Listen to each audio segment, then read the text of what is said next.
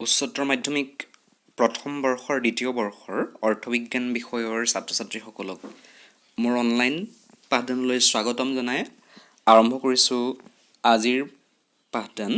আজিৰ পাঠদানৰ বিষয় হ'ল গড় উৎপাদন ব্যয় আৰু প্ৰান্তিক উৎপাদন ব্যয়ৰ সম্পৰ্ক। ছাত্ৰ ছাত্ৰীসকল, গড় ব্যয় ৰেখা আমি ইয়াৰ আগৰ পাঠত পাইছিলোঁ ইউ আকৃতিৰ, ঠিক একেদৰে প্ৰান্তিক ব্যয় ৰেখাও ইউ আকৃতিৰ হয়। হ্ৰস্বকালীন গড় ব্যয় আৰু প্ৰান্তিক ব্যয়ৰ আকৃতিগত সাদৃশ্যৰ লগতে উভয়ৰে মাজত কিছু সম্পৰ্ক দেখা পোৱা যায়। আজিৰ আলোচনাত আমি গড় ব্যয় আৰু প্ৰান্তিক ব্যয়ৰ মাজৰ সম্পৰ্ক ব্যাখ্যা কৰিবলৈ চেষ্টা কৰিম। ছাত্ৰ ছাত্ৰীসকল, তোমালোকে চিত্ৰটো মন কৰা। এই চিত্ৰত আমি OY অক্ষত গড় ব্যয় আৰু প্ৰান্তিক ব্যয় আৰু OX অক্ষত উৎপাদনৰ পৰিমাণ নিৰ্ধাৰণ কৰিছোঁ। এই চিত্ৰত একেলগে গড় ব্যয় আৰু প্ৰান্তিক ব্যয়ৰ ৰেখা দেখুওৱা হৈছে।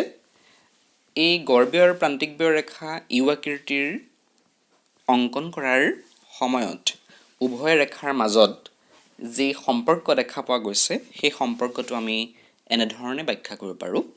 প্ৰথম সম্পৰ্ক, যেতিয়া গড় ব্যয় ৰেখা নিম্নগামী হয় তেতিয়া প্ৰান্তিক ব্যয় ৰেখা গড় ব্যয় ৰেখাৰ তলত থাকে। অৰ্থাৎ গড় ব্যয় আৰু প্ৰান্তিক ব্যয় হ্ৰাস পোৱাৰ সময়ত গড় ব্যয় এভাৰেজ কষ্ট ইজ গ্ৰেটাৰ দেন মাৰ্জিনেল কষ্ট, AC is greater than MC। দ্বিতীয় সম্পৰ্ক, যেতিয়া গড় ব্যয় ৰেখা ঊৰ্ধ্বগামী হয় তেতিয়া প্ৰান্তিক ব্যয় ৰেখা গড় ব্যয় ৰেখাৰ ওপৰত থাকে। অৰ্থাৎ ঊৰ্ধ্বগামী হোৱাৰ মুহূৰ্তত প্ৰান্তিক ব্যয় ৰেখা গড় ব্যয়তকৈ ঊৰ্ধ্বগামী হোৱাৰ কথাটোৱে এইটোৱেই বুজায় যে প্ৰান্তিক ব্যয়তকৈ গড় ব্যয় কমি থাকে। অৰ্থাৎ ঊৰ্ধ্বগামী অৱস্থাত এভাৰেজ কষ্ট ইজ লেছ দেন MC। আৰু তৃতীয়টো সম্পৰ্ক হ'ল গড় ব্যয় ৰেখাৰ নিম্নতম বিন্দুত গড় ব্যয় আৰু প্ৰান্তিক ব্যয় সমান হয়। চিত্ৰটোলৈ যদি মন কৰা তেতিয়া দেখিবা যে ই বিন্দুত গড় ব্যয় ৰেখা নিম্নতম হৈছে, সৰ্বনিম্ন অৱস্থাত প্ৰাপ্তি হৈছে। এই অৱস্থাত প্ৰান্তিক ব্যয় গড় ব্যয়ৰ সমান হৈছে।